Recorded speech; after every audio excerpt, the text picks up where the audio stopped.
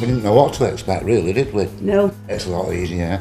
Yeah, well, we used to live in Wales in a caravan, but as each grandchild came along, we were spending more time up and down the motorway, and all my family live all around this area, so it was easier for us to move back here.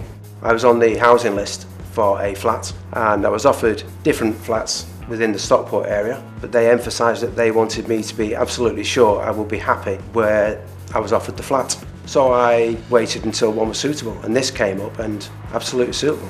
Before I came here, I was living with my daughter and was a bit overcrowded, and I didn't really do anything much. Since I came here, it's been great. Before I came here, I didn't have a diary, and now I've got a diary and it's pretty full. This is a community lounge where all the activities go on. We All have the functions and parties. pool table, dartboard, 10-pin bowling on the television. Then you have concerts and what have you, breakfast and lunch. We had a loose change buskers to raise money for cancer research. We laid a buffet on and these artists came and entertained everybody. And we raised £150 on the afternoon. My family, when they visit, they think it's great, you know, it's lovely. I've got a daughter that lives in Aswood. She comes to do's and she loves to come. They're getting the Wi-Fi in here. People can take their iPads down and show one another the pictures, and you know, it'll be interesting.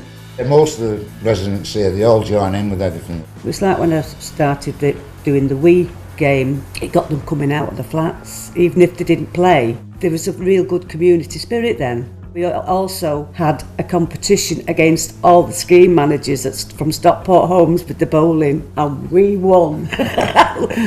We have a community fund to Edinburgh Tenants Association, which will take them out on days out or pays for a Christmas meal or a meal in between. There's also a club called the Activity Club, which I run. I took them all to Llandudno, overnight stay. It was fantastic because some of them don't get out. Well, some of them are quite lonely and they think it's great, but if you just call in to say, I've not seen you since the last few days, how are you? You're just there for each other, which is great.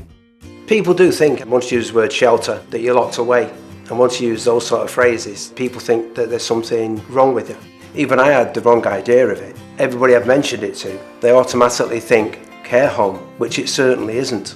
You all have your own separate front doors. You've not got corridors leading off to your rooms. You can need to come and go as you please. It's very secure. You need a fob to get in, or there's intercom access. We had an artist here, and at the end when he finished, he said, "Tell her put the television back on for you." Well, they all went, "It's not an old folks home, you know." The social life has definitely got better because of living here, because of the social events we have here, birthdays, celebrations, the charity activities we have here. People from Oak Tree Court come, people from Russell Gardens come, which are part of the sheltered scheme. We have activities here, and when it's a larger activity, then the other schemes are invited. And when they organise their own activities, it's vice versa, they invite us. You'll always get someone to speak to without knocking on the door, doing your laundry, coming down here for a brew. So there's always people around, and it is because it's that small community. And it does make it a very, very nice and comfortable place to live because of that. It's nice to talk to people, it really is. You know, if you get people on their own, sat in here in the lounge, and you can have a good conversation on what they used to do or where they lived. Don't be shy, give it a try.